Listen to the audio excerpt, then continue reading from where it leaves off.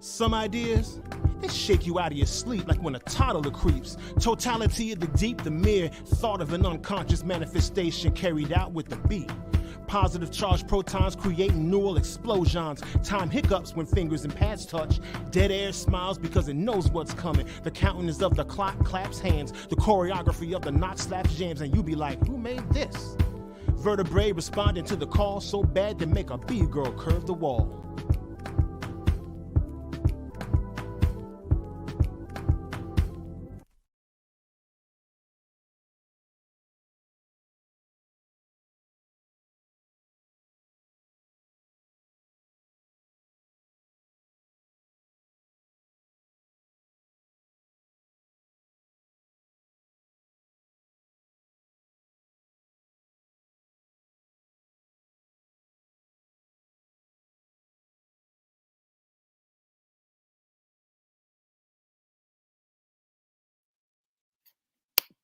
Hello.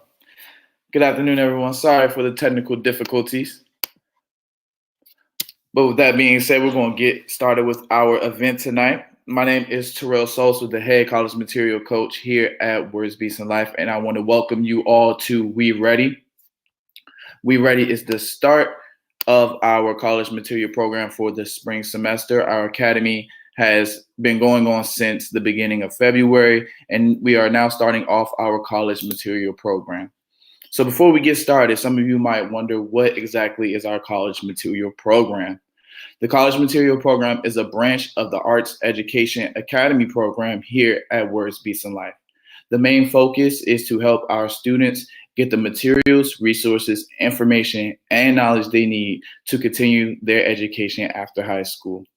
All right, we have a wonderful event planned for you all today. We have some amazing panelists with great experiences in college, and we will also be having a raffle where we will be giving off one free item from the Words, Beats, and Life shop on our website to one lucky winner. So stay tuned for that.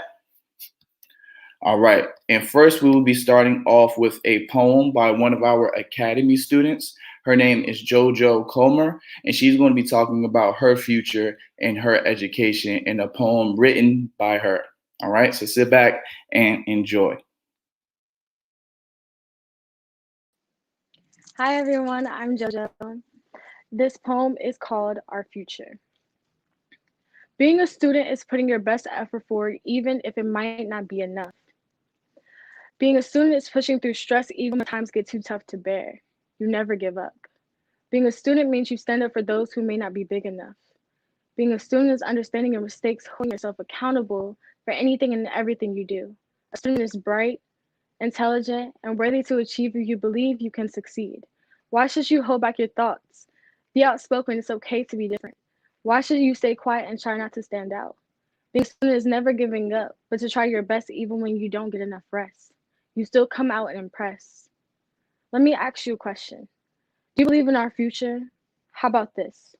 Do you believe our generation is the creation for destiny, dream makers, history changers? How about this? Do you believe in minorities? Or better yet, do you believe in our Black youth today?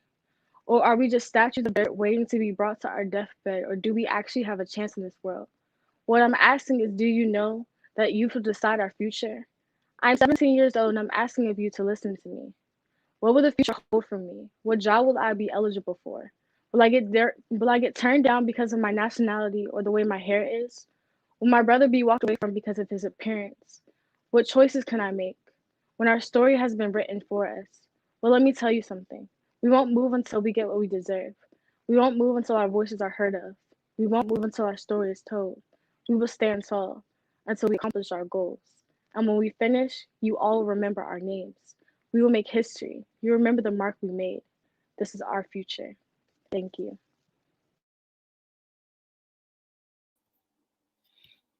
Thank you so much, JoJo, for that wonderful poem. As you all can see, the college material program is dedicated to helping young artists like her and others that are in our academy program get the resources and information they need to continue and go on to college. We will be working with mentors and mentees, and we will be helping a lot of our students out by giving them the resources that they strive to get. All right. So now I will bring on our Academy Manager, Serena Lewis, who is going to be our host for tonight's event. Hi, Serena. How you doing? Hey, Terrell. I'm doing well. So Go ahead. everyone's kind of already heard about what the college material program is. Can you quickly tell us about the Academy program before we get started? Sure. So the Academy is the arts education portion of Words Beats in Life, and it's dedicated to the youth ages 13 to 22. We have a wide array of arts education classes, from poetry to DJing to breakdancing and beat production.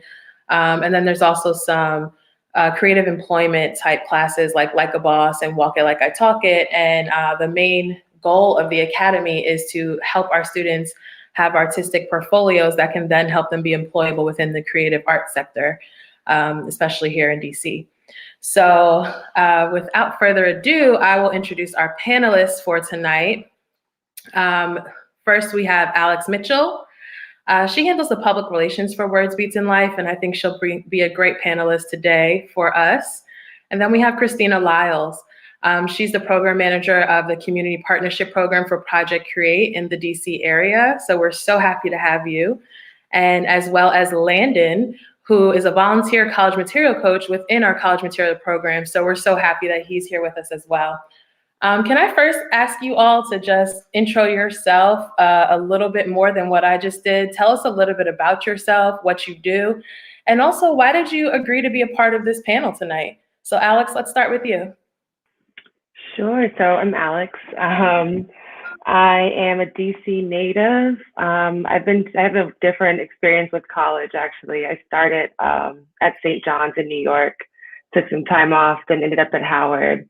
And now I'm in my 30s and I just got my graduate degree. So it's a process, but you can get it done.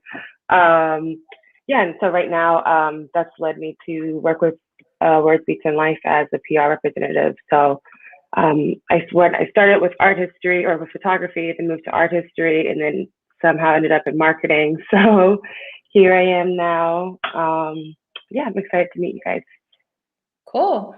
Yeah, that's a lot of us have jumped around a little bit. So I think that'll be great, a great vibe to bring to this panel discussion tonight.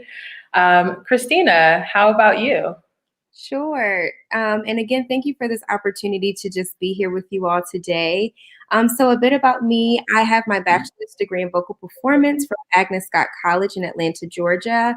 I actually just finished my graduate degree in arts administration from Goucher College. So right now, my focus is really solely on arts administration and really affording artists the opportunity to be seen and heard. So that's what I am all about, and I'm just excited to talk more with you all today. Awesome. Thank you, Christina. Landon, what about you?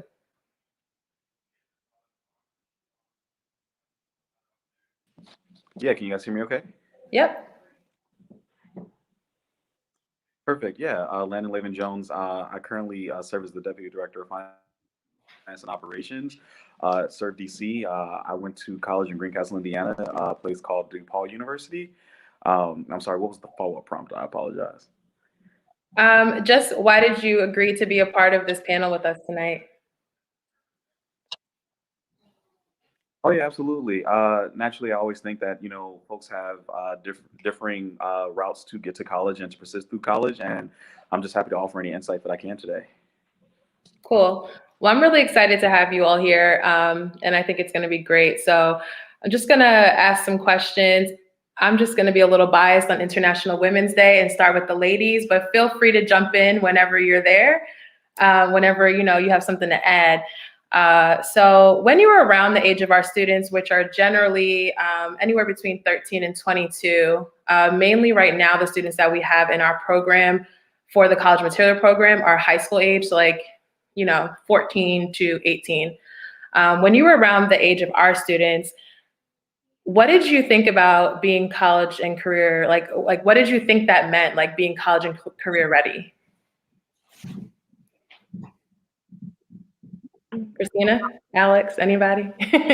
Go first, Christina. Okay. For me, being college ready is just being in a mindset of always putting my best foot forward. So whatever it is I was going to commit to whatever it is I was planning to do, is just be the best version of myself in that space, so that I can shine how I need to shine, and also just make connections and, just expand my network of contacts in the field that I was trying to get into. So Cool. I love that, the putting your best efforts forward. That's something I say to our academy students all the time, because that's all we can do some days is our best. So I love that. Alex? Yeah, I agree. I think just being prepared, just being kind to yourself and making the sacrifices and doing the work. If you really want to get there, then you're going to take the time to do it. And I think it's a difficult time being a teenager, so it's hard to do that. But if you have the right support system, it's easy to buckle down, a little easier to buckle down and get it done. True. Landon, what do you think? Yeah, I think being college ready is just understanding that you have to move to the beat of your own drum, and that what may be a route of success for one person may not be the route that you need to follow to a T. You definitely have to find your own path and find your strengths and weaknesses and try to adapt accordingly. Yeah, that's a great point, Landon, walking to the beat of your own drum, because I think that's a lot of art, right? Because a lot of people don't always get it or get how that can be a real career path. And that's something that we want to dispel, that this is a career and you can make good money by, allowing your artistic self to come through. And we hope that we're helping our students within the academy achieve that mastery so that they can be employable. How and when did you all decide you would go to college? Were you always on a college track? Like, how did that talk come about? Yeah. Go ahead. I think I always knew I wanted to go to college, but 17-year-old Alex thought she wanted to be in New York. And that obviously changed a little bit. So, it was always like the goal. It was my family pushed college. So it just was like, it was ingrained in me, and then I wanted to rebel a little bit and be this artist. So I think, I don't know, I think that changed. Like, I was like, what am I doing in New York? Like, is this who I still am? Yeah, I don't know. Does that answer that question? Yeah, it did. It's just always just been impressed on me to go to college. Counselors kind of sucked in high school, but still you had that like extra support that's like, this is what the next thing to do. It's going to be so fun. You can choose what you want to learn about, get it done, Yep. What about you, Landon? What do you think? Yeah, from the time I think I knew what college was, my family said that I had to go. So I think that was as early as I was 6. I just remember all the time my uncle used to always ask me what I wanted to be when I grew up. And so when I would say things like an artist or I want to be, an actor or something like that, he would always follow up with, well, then what college are you going to go to pursue those goals? And so that was something that was always instilled in me from a young age, that was something that had to be done. And then especially too, once I went to high school, I went to a career academy or a vocational school, as it's called. And so definitely while I was there, it became even more ingrained in me that college had to be an option, because my major at my career academy was band. So I was like, I don't know if that means I'm going to be a street performer or what that looks like, but I definitely know college had to be in that avenue. Cool. Christina, you have anything you want to add to that? I just have pretty much a similar experience to what Alex and Landon said. It was really my parents who've always pushed the college track for me. And so they've always pointed me in that path, and I've just been in it ever since. So very similar here. Yeah, I have a similar experience too. It wasn't really a choice. It was just always something talked about as it would be the next step. So I think a lot of what we're doing with our program and with our students is to make sure that they know it's a choice and that they understand what college is so that they can make that choice for themselves. And if for some reason they don't want to go to college, which is what we're pushing, but we understand that everybody necessarily doesn't want to go to college or it's not for them, what is your post-secondary plan? What do you want to do after you're done with high school? So really trying to do that.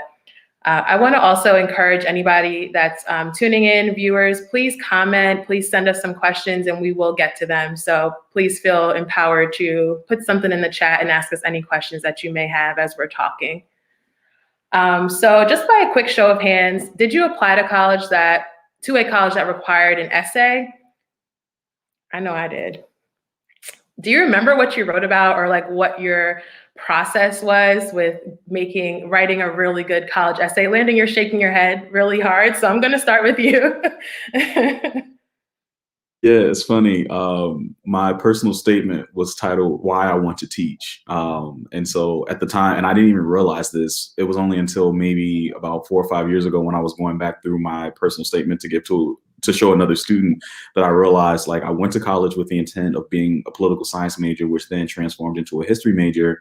But I guess I knew that I was going to change my major.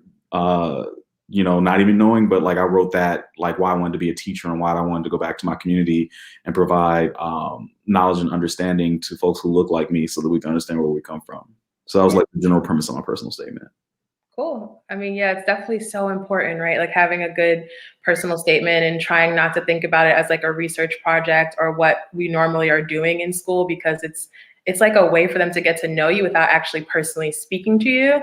So they're really going to accept or reject you off of that, aside from your grades and everything else. Like if you don't have a good essay, they're probably not going to take you seriously. So I just think it's important to get those perspectives. What about you, Christina? Honestly, I know that my essay was definitely like a personal statement. I cannot tell you what I wrote in it because it's been some time since then, but I definitely know that I was required to do that. And I had to reflect on like what I was aspiring to become, what did I really want out of this life here in the next realm of like undergraduate school and things like that. So yeah, but I think, like you said, having a strong personal statement and essay is definitely important and essential. Yeah. What do you think, Alex? I know you recently just finished your master's. Like, did you have to do an essay to get into that, and maybe Yeah, a little bit more? for that one, it wasn't a personal statement like with the Common App. If that's still a thing. But this one was more like just explaining what your interests are. I guess it was similar to, but more. How do I explain? It was just like about the program, like why do I want to be in this particular program, and it was like a hybrid online in-person class, so it was for people who are working. So they want you to talk about your day-to-day life and why this works with your routine. Cool. And so I just mentioned you have your master's, but so what is your undergraduate degree in, and then what is your master's in? Yes, I actually got my undergraduate degree in not language, obviously, in art history with a minor in Portuguese, which I don't speak anymore fluently. And then I went back to MICA, Maryland Institute College of Art, for the business of art and design. So it's basically like a expedited MBA, and it's half the price. So it was a great program.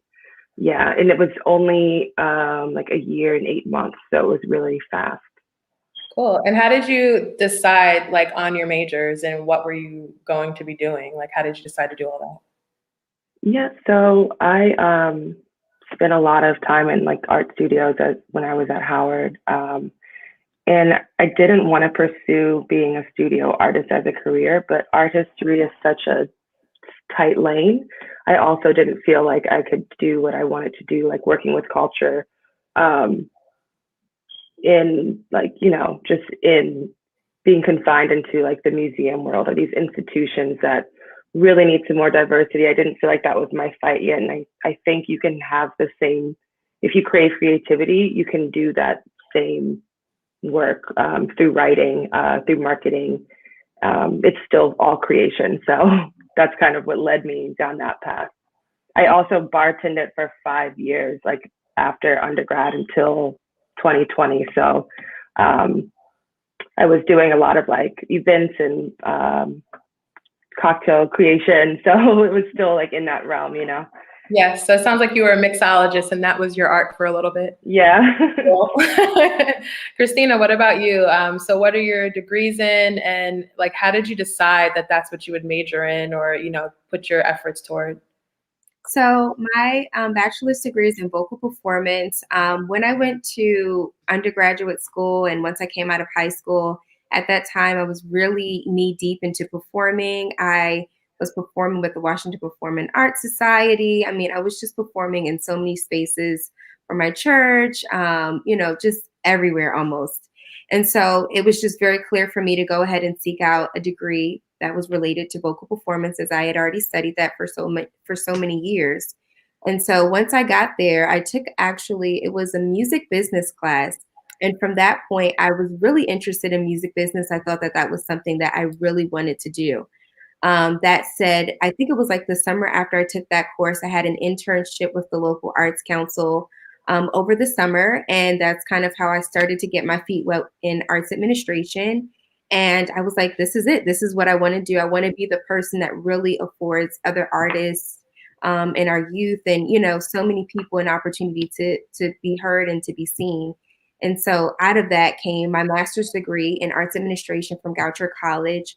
And at that time, too, I was working and in school at the same time. So I also opted to do a hybrid program so that I can continue working, but also continue to seek higher education. And so that's pretty much how it's kind of come to be for me. It was definitely like a journey. I didn't know that, when I graduated high school, that this is where I would be now. But I would say, it's just really been a journey and I've enjoyed every bit of it. Yeah, I think that's super true because there seems to be like no straight line. And, when you're 18, 19 and you're picking what you're going to do for the rest of your life, it's such a joke because how do you know that? You don't really know till you try it. So I think it's important that you're making the point of, it's a journey and that you can veer off different ways. And it doesn't mean that you're going to be any less successful. So, I mean, that's awesome. And thank you for sharing that. Landon, what about you? Yeah, not nearly as impressive resume as my panelist. Just a lowly old bachelor's degree in African history. But my focus in African history was on music and how it was used as as an activist tool. So focused on the transatlantic relationship between African Americans, Caribbean people, and African folks of various countries, and how those musics were used to inform one another during colonialism, independence movements, and during the civil rights movement here in the States. That's super dope. I don't know why you think that that's not notable. That is awesome. Because I wouldn't even think about that. And I minored in African American studies and I never thought about it in that way. So yeah, that's amazing. I love that. So most of you talked about how you were working while in school and, or in between figuring out what you wanted to do next. So how did you balance that with wanting to further your education and, being a student? I can go. Sorry, go ahead, Landon. I was saying I just needed to eat. So, I mean, I had generally more times than not like 2 jobs per semester while I was in undergrad. Regular job, which I had just to make sure that it was going towards like paying off like my room and board, and then a second job so that I could buy pizza and other things. Priorities. What about you, Alex? Yeah, I didn't really have an option. I've always worked. It was just, that's what I had to do. Even at Howard, I had a scholarship, but I didn't want to pay back all those loans for like buying books and things. So I still just was working to have a little pocket change. And then I was an adult after that. So work is what you got to do. Christina, did you have any, did you work while in school or any of that? I didn't work while I was in school. I would say in between the semesters, like during the summer or during the winter breaks, that's when I would work. And that was solely because I wanted to work. My mother was so insistent on me just really focusing on my studies and making sure I'm doing what I need to do. So that was so much, that's how that worked out. Mm-hmm. But I also worked too to make sure I had money during the semester. I'm actually proud to say that every time I had a summer job, I would save my money so that I never had to ask my parents for any money during the course of the semester. So, it taught me saving and how to stretch that dollar. Nice. I'm sure my dad would have loved for me to do that, and I did not. However, he did not allow me to work either. I remember I went to Penn State, and I have my bachelor's in political science, and then I went to law school at Western Michigan University. And I got my JD there with a concentration in international law. And I remember when I got a job at Penn State, I had it for like 1 weekend, and he was like, "What are you doing? No, like just focus on working, working, and your job is to be a student, not to have a real job." And I was just like, okay. But I always did work in the summers. So I see some questions coming in. I hope more viewers will drop some more questions for us all. We will get to the Q&A after we have a little bit more conversation with the panelists. So please drop some questions or comments you'd like for us to go over at the end. So you all have kind of mentioned your families in different ways. What type of support did they play in your decisions? Or if it wasn't support and they kind of dictated it, like, how did you deal with that? So family, teachers, guidance counselors, or did you even have a mentor? Like, how did that go for you guys figuring out what you were going to do moving forward? So I'll say my family has played such an integral part in my college experience. They have been my biggest supporters and my biggest cheerleaders during that time. I know that there were times I was super, super stressed during school, and I would call my mom crying. I went to school actually like 10 hours away from home with no immediate family there. So that in and of itself is like really kind of stressful. And I know my mom like talked me off the ledge, so much. So many times because, it's stressful, but, my family really stepped in and made sure, they would come down sometimes, hang out for a weekend, or I would go home and, everybody just really supported me. So they played such a big part of that. And as far as mentorship, they also played a significant role. They continue to pour all of their knowledge in me so that I can, have a shaped viewpoint of, my career and where I wanted to be. And they also kept it real with me, which is what you need. You need someone to really, keep you in check and keep you level headed. So I would say that that's what my support system has done for me. Cool. Anyone else? Yeah, I agree 100% with that. Friends and family are so important because the weight of the workload or just adjusting to a foreign city is stressful. So you really need someone to hold you down. And my mom was that rock for me and my friends, and having a car was nice because I could drive back from New York. But yeah, definitely need a support system. What about you, Landon? Anything? Yes, and I mean, even though I wasn't a first generation college student, it very much felt that way because the only other relative that had gone to college prior to me was my aunt. So a lot of the stuff that I was going through in college and the support that I was getting through my family was literally all of us building the plane as we were flying. So just trying to understand like the output with that. And then as far as mentors, I mean, I was fortunate. I did go to college by way of the Posse Foundation scholarship. So we had a mentor, every year up until our junior year. And even afterwards, they still stayed in our lives, but it was always good to like have that person provide perspective for us to understand things. And the really cool part about it was our first year, our mentor was an alum of our college. So he was able to help us navigate and understand some of the nuance of the campus. Cool. So I'm just going to take one of these questions here. What advice would you give to students that are interested in going to college but don't have the best GPAs? I think people are afraid of that gap year, but it's actually great. I feel like I went to Wilson in DC, and they really set you up to like talk your way to get, you know what I mean? The emphasis isn't on grades, it's on like just being productive in society, at least when I was there.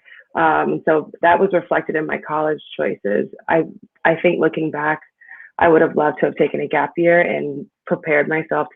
Maybe if I was a little more mature as an 18-year-old, I would have completed school in 4 years. I'm not mad at my past. I'm just saying like, I think if I had buckled down with my grades a little more, I would have made some different choices. But there's so many options. I think take a gap year, or if you're an 11th grader, really take 11th grade seriously with those AP classes and exams, because you're saving money in the end if you don't need that freshman English, for example. You can fill that with something else. Just make those sacrifices and do the work.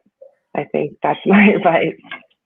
Yeah, I definitely agree. I think if you're a student that doesn't have the best GPA right now and you're a senior in college or in high school, I would highly recommend that, like, before entering your first semester of college, you take that summer to take community college classes, in a course where you know it's not your strong suit. When I served as a college counselor, that was one thing that I noticed that a lot of my students struggle with, was especially with like math and science. And naturally, for a lot of students of color, especially Black students, if you're going to an HBCU or PWI and you're coming from an urban school, more times than not, they instantly put you in a remedial math and science course, you know? And so I would just highly recommend, and that's just across the board, you know, good GPA or not, like, I highly recommend you take community college courses to get a feel for classes that you feel like you would struggle in.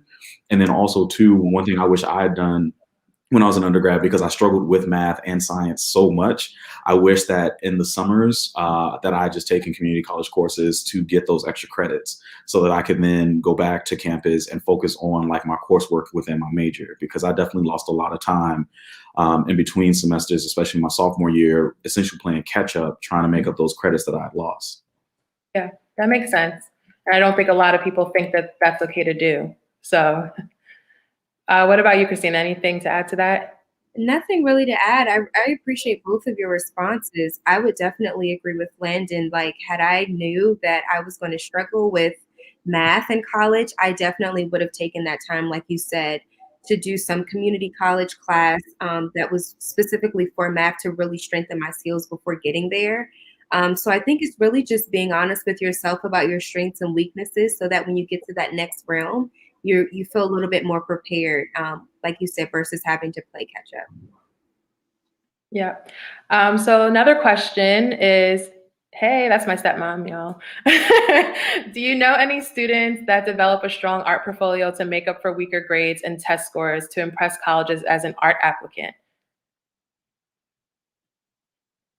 I don't know. I think so. I think if you are in a focused program where you're on an art path, you don't, for example, for me, I didn't have to take math, and that's my weak subject. So that worked out for me. Having a strong portfolio does hold a lot of weight if you are on that, if you know that's the path that you're on. You still are required to take courses like English and I don't even remember, but other courses. So, you know, the GPA matters, but I would defer to my panelist colleagues because I'm not sure. Yeah, I think, go ahead, Christina. Oh, I'm sorry. I was going to agree. I think that, you know, especially nowadays, even the undergraduate realm of school is very competitive. And so what they're really looking for is well-rounded students. So if you are showing active engagements in organizations that you've been in, extracurricular activities, you know, all of those things will really help if you really, you know, do have a lower GPA. That could be something that kind of carries you over to the next side. So I would definitely say if you have a strong art portfolio, you know, some things that you're really strongly connected to, that would be definitely the time to really showcase that. Yeah. Landon, did you have something to add? Yeah, I would just follow up with that as well. And my cat wants to make an appearance. Also, for that young person that may have a strong art portfolio but not the strongest GPA, as they're going through the admissions process, don't just let the application and the portfolio do the talking. Like, definitely make sure that you have a strong relationship with the admissions counselor for that college or colleges of their choice, so that you're able to talk through some of those things as well. Generally, more times than not, being able to advocate for yourself is really important with those admissions counselors, because they're the ones who make the decision to yay or nay your acceptance into the school. Yeah. Yeah, I think having a strong, again, it goes back to having a support system. Having a great letter of recommendation is really helpful too. So if you've made strides to get your grades up, it doesn't always show out on paper, but that's kind of like your paper trail would be the letter of recommendation, where someone's telling the story of your achievements and the progress that you've made. Yeah, that makes a lot of sense. And I think what Landon said about advocating for yourself is really important. And that's also another huge reason why we want to make sure that our students at the Academy have these amazing art portfolios that they can continue to build on, so that they can use them in these instances if they are, you know, regardless if they're struggling with their grades or not, but so that they have this as a resource for themselves moving forward. So another question was, it kind of relates back to what we were talking about, having the support of your family and things like that. And thankfully, we all did have the support of our, immediate family and things like that. But what about the students that don't necessarily have that? So how many of your friends in college had the same kind of family support? Meaning, is this support common, or, and if it's not common, did you have any friends or know of any students that were able to get support elsewhere? Yeah, so not necessarily. I mean, some of my friends, we all definitely came from very similar backgrounds, but then some of us also came from very different backgrounds where there may have been, another adult in their life that wasn't their, biological parent. And I think a lot of folks may do. Definitely once I became a college counselor, whereas I wasn't just counseling students through high school, but then also counseling them through college, I definitely became a support system for a lot of those young people. Who were first generation college students who were trying to figure it out, or their parents were like, I really don't know, you're going to have to help us out, Landon. So getting phone calls from both students and parents to that entire process, and trying my best to be a mentor to someone who was much older than me as they were trying to get their kid through college, but then also to serving as that, that beacon for those students as well was really important. Yeah. Yeah, I think my friends who did not have the strongest support system had the strongest work ethic, and it was impressive to see. And there, we did have college counselors. In my case, for high school, they weren't that supportive, but once you're in the program you're in, those people can be very helpful if they choose to be, But I think it's, again, to what Landon said about motivating yourself, I feel like that was like just super impressive to see that strong work ethic. Like, you had to get it done. It's just you. Yeah. Christina, you have anything to add? No? Okay. Okay, so another question. Thank you for all these questions, viewers. Keep them coming. Were any of you involved in any activities, organizations, or clubs in college? How did that change your college experience? Landon, go ahead. You're shaking your head. So the cool thing was I was a part of our Black Student Union, which is known as the Association for African American Students, which I joined my freshman year, became president my freshman year, and served in like capacity that through my sophomore year. And then after that did various roles. I was also a part of a fraternity, which I joined my sophomore year, which definitely provided some semblance of a support system in social life. And then also too, it wasn't necessarily an organization, but me and one of my really good friends, we started a annual fundraiser for Hurricane Katrina victims called the Standoff, which definitely was a way of bringing the community together. We did this every year where we stood on a corner for 24 hours without sitting to raise money for families that were affected by Hurricane Katrina. And generally we would do that Friday through Saturday afternoon of 24 hours nonstop standing to raise funds. And literally you get everybody from all walks of life on campus coming to provide funding. I'd say that's probably one of the closest ways folks are able to come together besides graduation as students on campus. Cool. Alex, Christina? So for me, I actually, when I was in undergrad, I joined a music organization, and it was really nice because it was like a sister group. I went to an all-women's college as well during that time. So it was like a nice sister group of us who all just like had a deep love for music. We bonded over it, and we would host music competitions and talent shows for the school campus. And it was just really nice, but I would say for the most part, honestly, my school, we didn't have a whole lot of extracurricular organizations. So it didn't shape my experience too much, but it did make it more enjoyable. Cool. What about you, Alex? I wasn't in any groups. Looking back, I always wish I had joined something, but my the art department was pretty small, so we were really tight knit, and we put on all the shows and things. So that felt like an organization. So thinking about how students, like the decisions that they'll make when they're approaching college or, a freshman, I think you pick your major in like your freshman year going into sophomore year, which means you're like 18, 19 usually. How would you suggest that they pick those things? Like exactly what this viewer was asking, what are some majors you would recommend for high school students? And also, how do you suggest that they figure out what they want to major in? I would immediately say don't chase the money, which is something I think a lot of African American students fall prey to when they're being advised through college. They're literally given Excel document or given some type of one pager that shows like, if you're an engineer, you're going to make $120,000 a year. And then if you're a nurse, you're going to make this much money. I can't tell you how many times, like, I used to beat my head against the wall, like interacting with students who weren't the strongest with like in those fields, like the healthcare or like the STEM field, who are like, well, no, this is something I want to do. And it's like, it's that moment where you're like, am I the villain in the movie where I'm telling the kid that they can't do the thing, and then they do the thing, and then they go on to be successful in life? 10% of the time, no. And so it's just like, just making sure that they understand that, like, you know, find something that makes you happy, find something that you're passionate about, you know, and select that as your major. Like, I knew that I was interested in history because I had worked at a museum when I was a teenager. I initially, like I said, went into college thinking that I wanted to be a political science major because I was like, that's the field that I want to chase. Whereas my expertise and my strong suit was in reading and writing by way of history. And also too, don't fall prey to this idea when someone tells you that if you major in X, you're not going to make any money.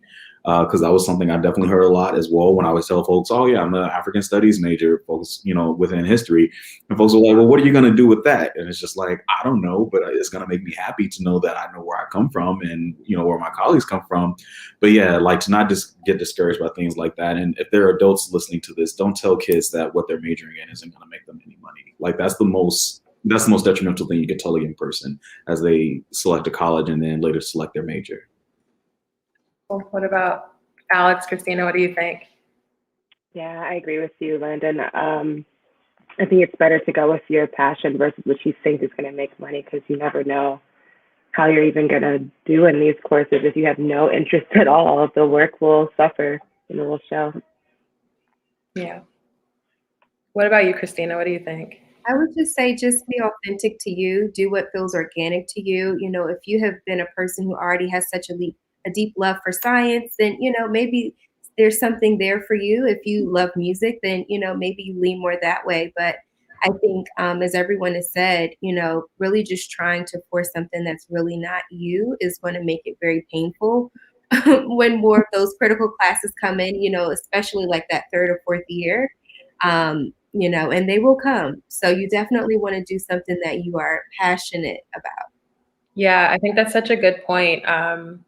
You know, I remember I went to undergrad thinking I had to be a political science major in order to go to law school. And that's so not true, right? And it was simply because I wasn't educated on the fact that I could major in so many different things and still, you know, go to law school if that's what I wanted to do. Like, I had friends in law school that were math majors, science majors, like all these different things. And I hated political science.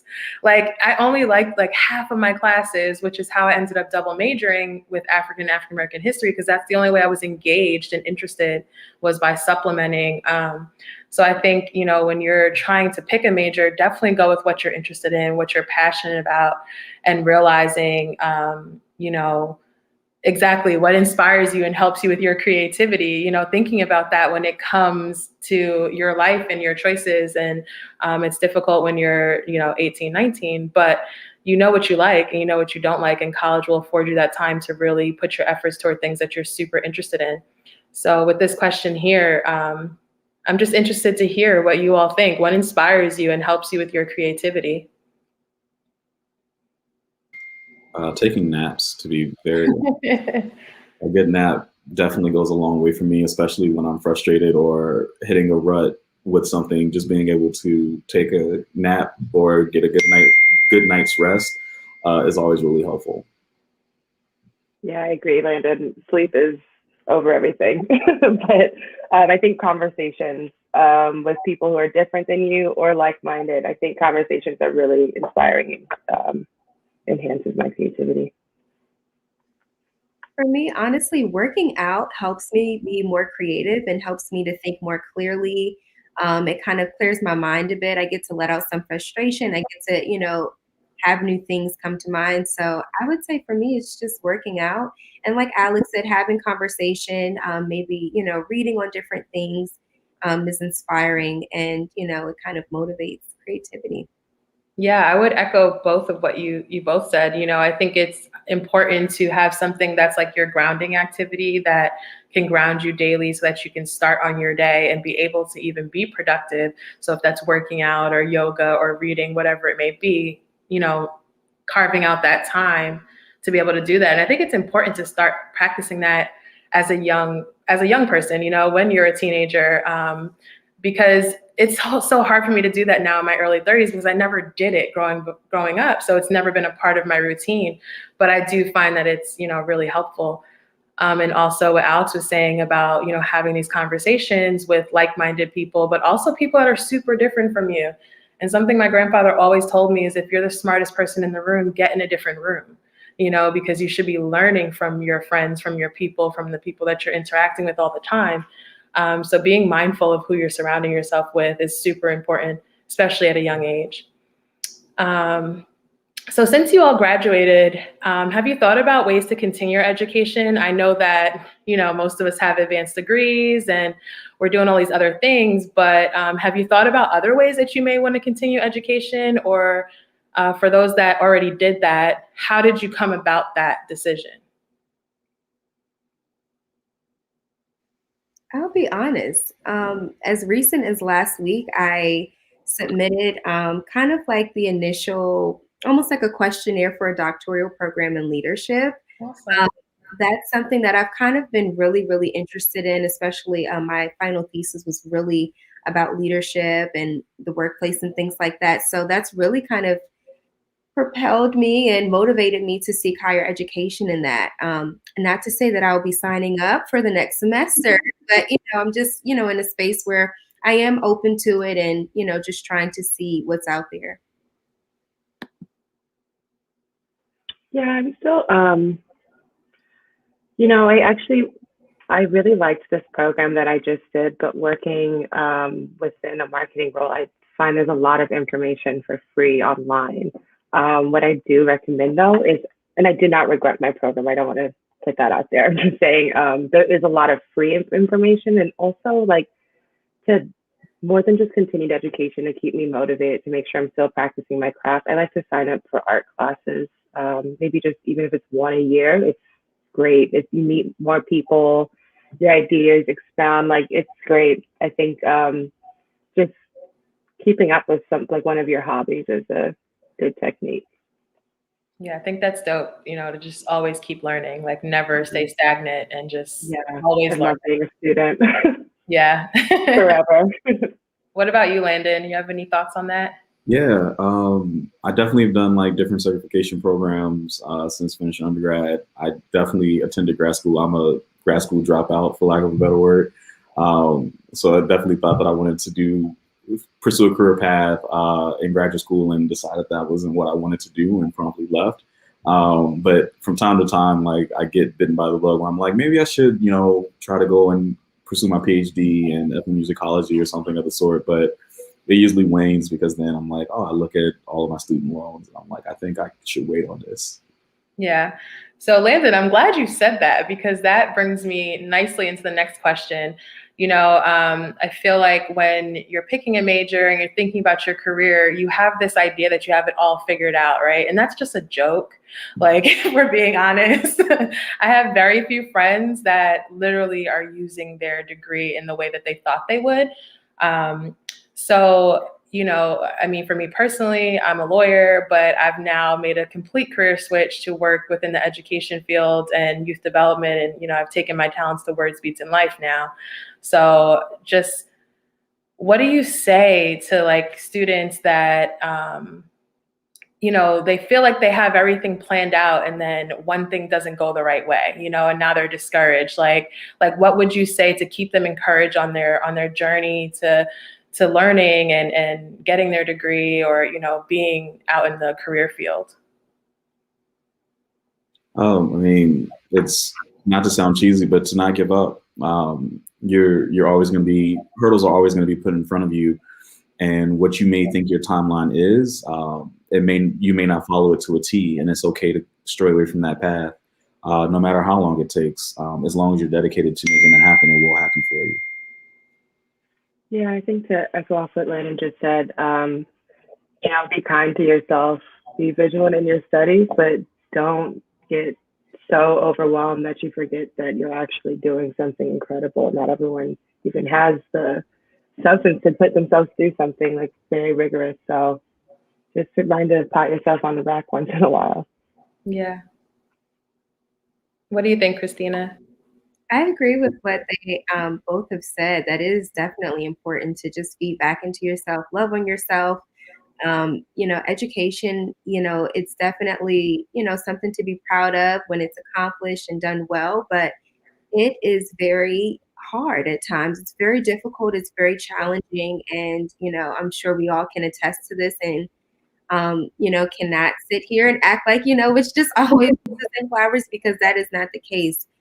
So just really being patient with yourself and, reminding yourself that you can do this, and just remembering the reason why you wanted to seek out, whatever the said degree is. That's what's really important. So yeah, I think just remembering that is very key. Yeah. So in your opinion, is there a difference between having a job and having a career? I don't know. I mean, yes, and I feel like all of us are essentially working to pay our bills, and so you can do that in a career or a job. Um, I think I think that maybe we should start thinking about differing the terms between a job and a career, and then just say, having a job versus what your passion is, and think about it in that regard. Because I mean, my job is within the government sector, but then I'm also too very much passionate about theater, and so I could probably live my entire life and retire within the government sector and not do anything theater wise, still find ways to like pursue that passion outside of that space and have both live simultaneously in my world. I agree. I think for me, the difference maybe between a job and a career is maybe a job is less passionate, like you said, Landon. I would say maybe that's the best way to look at it. But honestly, I mean, I refer to my job as my job, but it is in my career of arts administration. So they also can be used interchangeably as well. So, Yeah, that makes sense. I agree.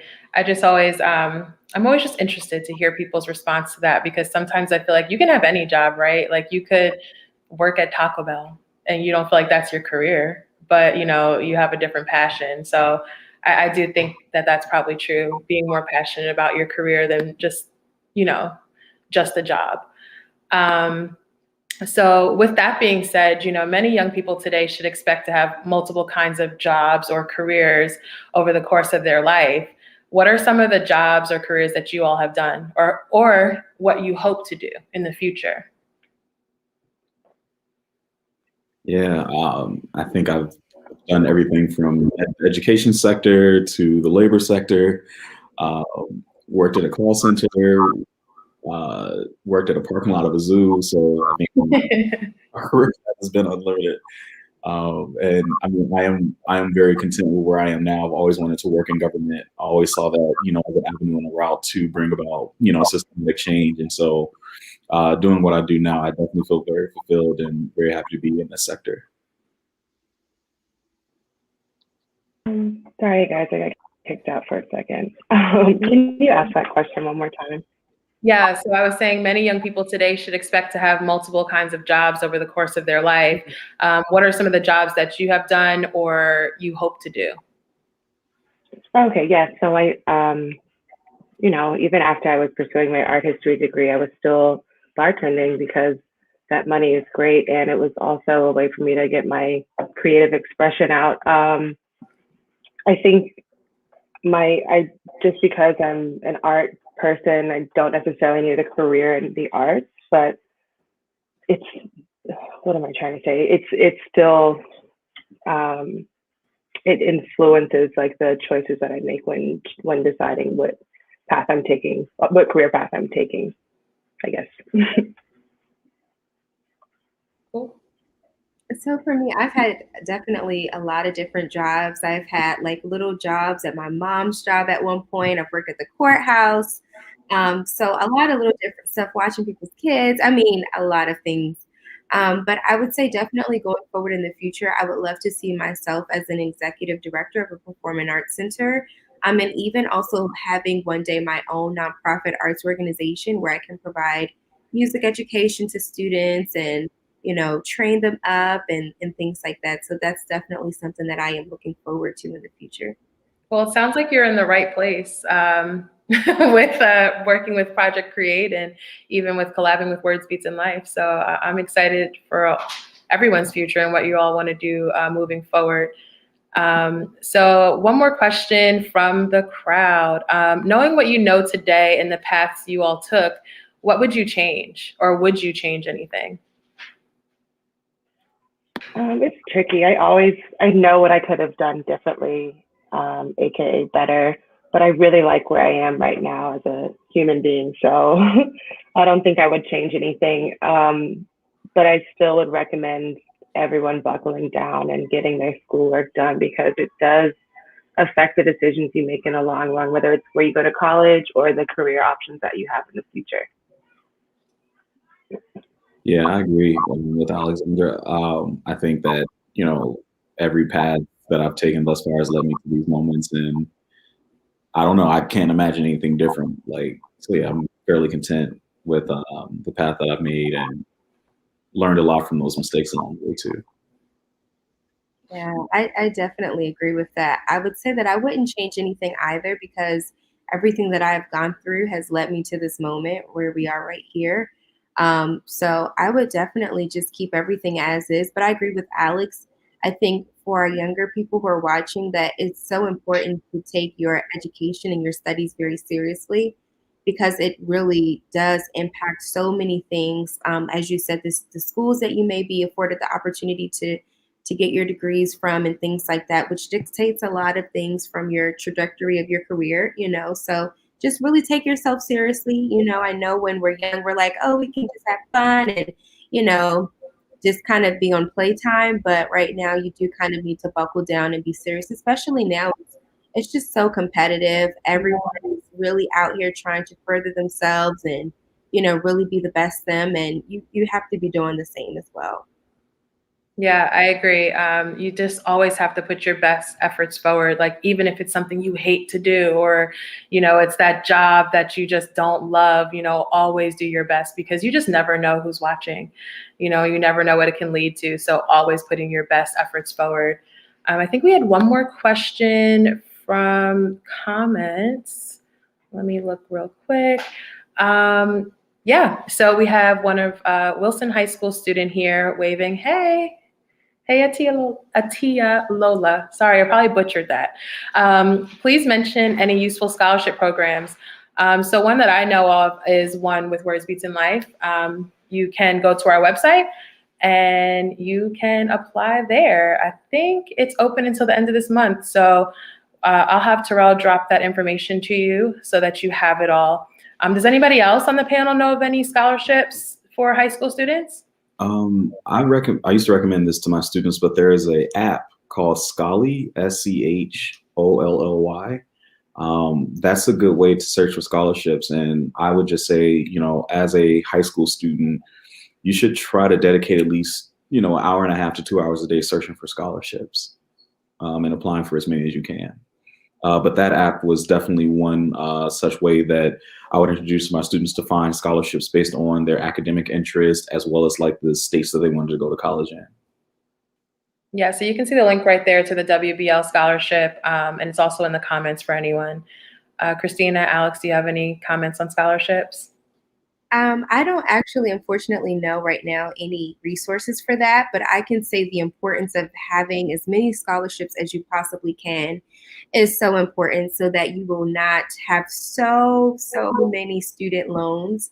That is definitely something that affects so many aspects of life, including your credit score. So really do take that time to carve out those opportunities. Take the time to seek out those opportunities, so that at the end, when it's all said and done, you won't have so much student loan debt to walk away with. Yeah, I think that's super important. And also, like, speaking to the right people. So if you are currently in school and you're having trouble affording, go to the financial aid office and speak to somebody, because sometimes there are things available that we just don't know about. Like for me, personally, when I went to school, my dad had a different job and then he was laid off.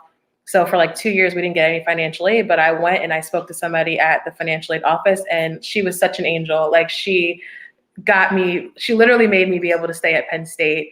I still have loans, but she helped. So, but that wouldn't have never happened had I not spoke to people. So, being able to ask those questions, and ask for support. So this is an interesting question. Not that anyone is listening to Kanye, but how do you think his discouraging people from going to college has impacted young people's ideas about the value of college? I think that's interesting because, like, how do you think people like Kanye or other artists that students and young people are idolizing is affecting their choices to go to college? What do you all think?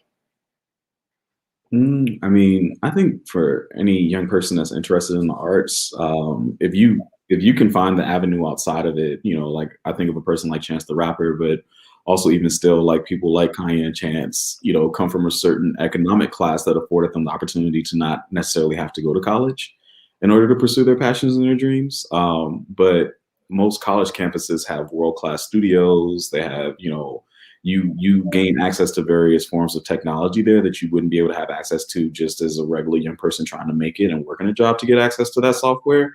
So I definitely would recommend any young person who does want to pursue like something within the arts, or even outside of the arts, to look at college as that option, because a lot of those services and studio times and things like that, you can essentially gain, by way of your tuition. Yeah, that's a good point.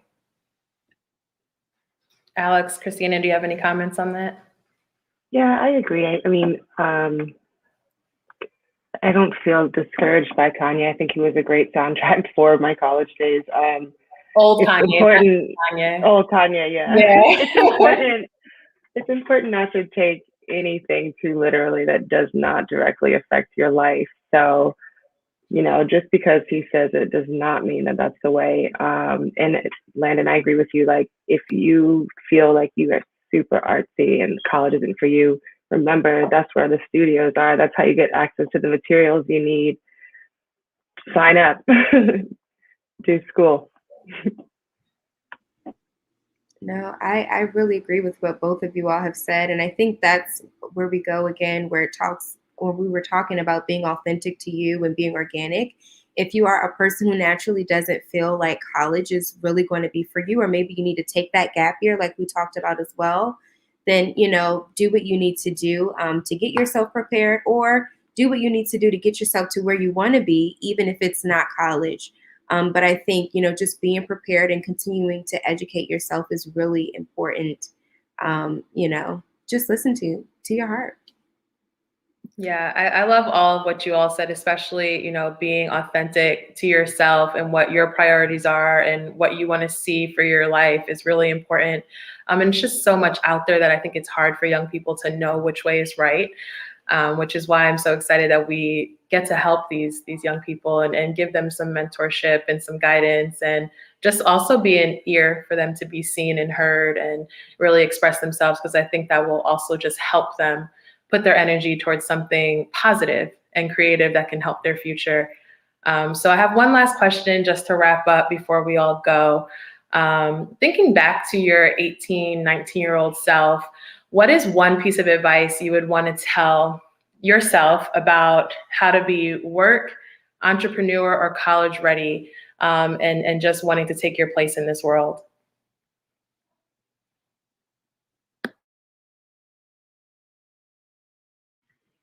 I would just tell myself to take my time, and not feel like I need to rush to get everything done. And also you will not peak at the age of 18. You won't peak at any age. You have a whole lifetime ahead of you to get everything done that you want to get done. There is no timeline.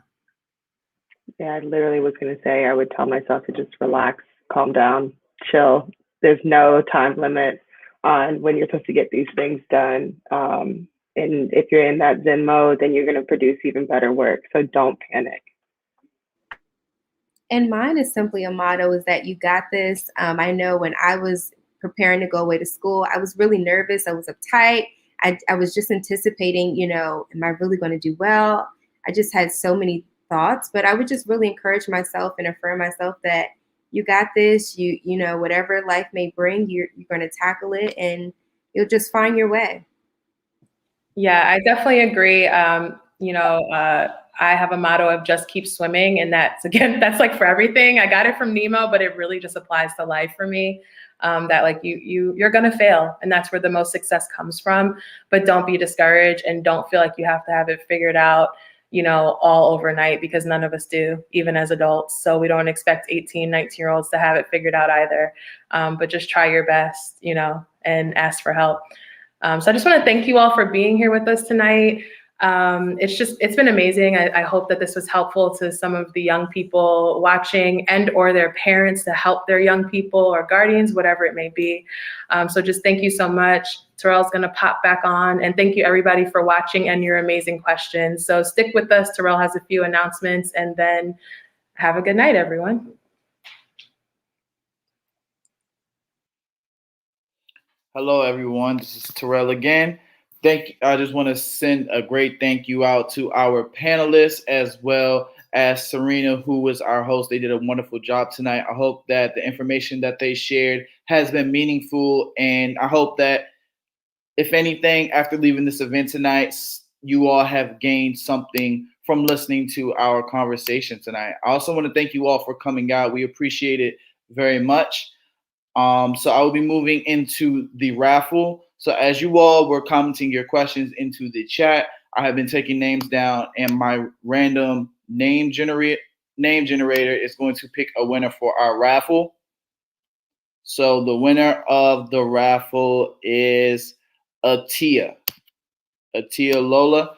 Thank you so much for participating. You can contact me using my email that's right under here, headcoach@wblinc.org, and you will be able to get one free item from the Words Beats and Life shop. All right. So next up, I want to thank you all for coming out to our event today. We will be having our next workshop. It is titled "Where the Bag At," and that will be held on April 5th. We will start posting flyers and promoting for that event very soon. But since you all are here, I want to extend the invitation to you all now. April 5th, next month, put it on your calendars. In that workshop, we will be talking specifically about financial aid, scholarships, grants and loans, how to apply for college. I've already connected with some financial advisors or previous financial advisors for college, and they will come and talk to us about exactly how to fund college without going into depth. I know that's one big topic when it comes to applying for college. All right. Lastly, we are still accepting applications for the Academy program as well as the college material program. If you have any questions about that, you can also email me at headcoach@wblinc.org. Or if you have a specific Academy question, you can email my colleague Serena Lewis. Her handle is very similar to mine, except for it's academymanager@wblinc.org. All right. So without further ado, thank you all so much for coming to We Ready. This was our first college material program workshop, and we are going to continue building from this. Thank you all for coming out, and I hope to see you all next month on April 5th at Where the Bag At. Right.